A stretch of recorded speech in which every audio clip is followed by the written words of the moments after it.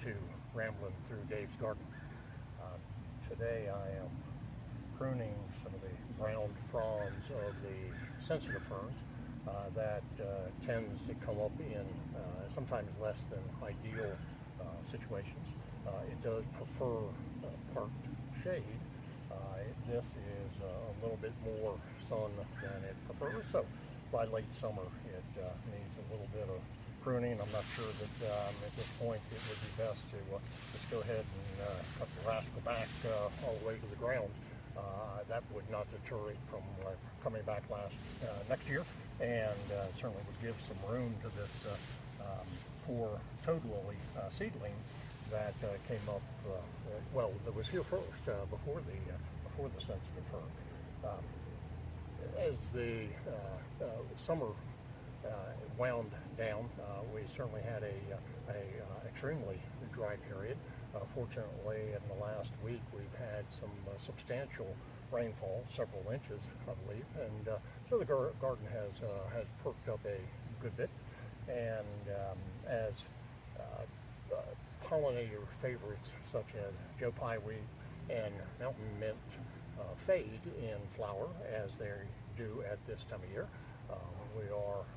those flowers are being replaced by other pollinator favorites that will carry us through the early frosts that could come within a couple weeks here before the end of September in unusual circumstance, or as late as even mid-November. So many of the flowers that we will visit today could be flowering even into early November.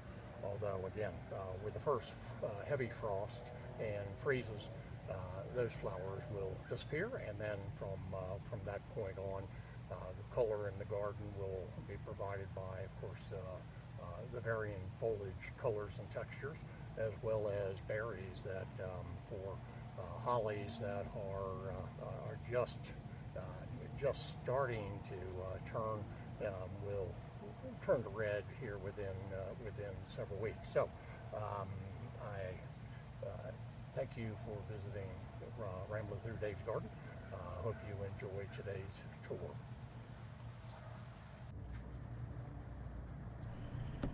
Bees harvest nectar from the last of the Joe Pye wheat, this one partially shaded to delay flowering.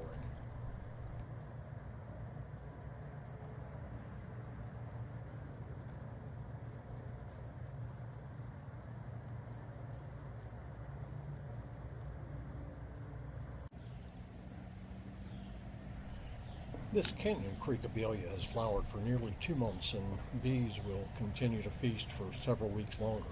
The yellow foliage of this taller growing Abelia is an added feature, but it is the flowers that make Canyon Creek a favorite instead of more compact varieties.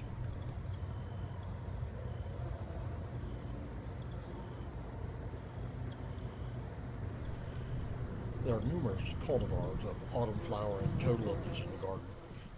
Large bees often steal nectar by piercing the petals of the flower from beneath, bypassing the pollination mechanism.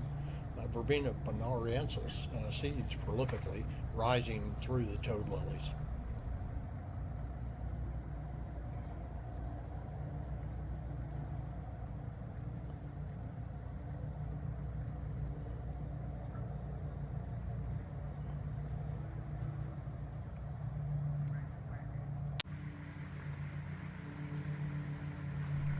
Sun King Aurelia is a favorite of the partially shaded garden. It grows to shrub size with golden leaves that brighten the shade. The flowers are splendid, but an afterthought to the foliage.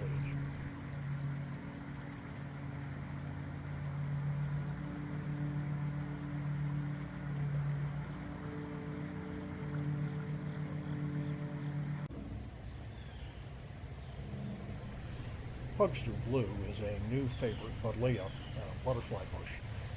Despite my failure to deadhead spent blooms, it continues to flower.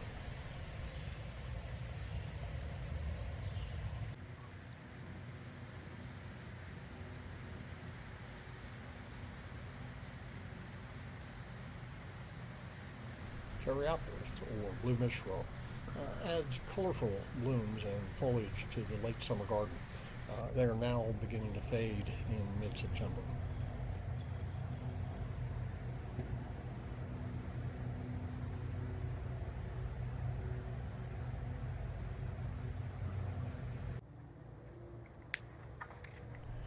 The yellow-leafed fleece vine is slower and easier to control than the green one that can get way out of control. Still, it must be regularly tamed.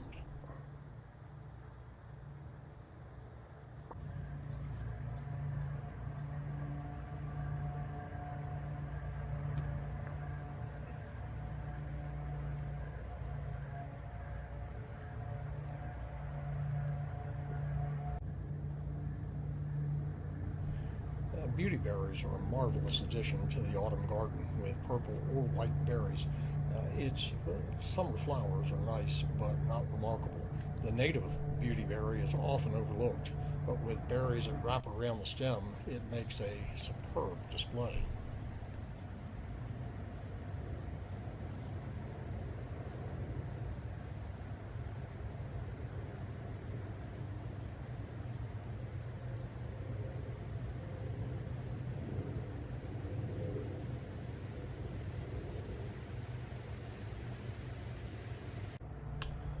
We end with the white berries of the yellow twig dogwood. In weeks, these will be joined by red-berried hollies that will show their color through the winter. Thank you for visiting Dave's Garden, and I hope to see you again.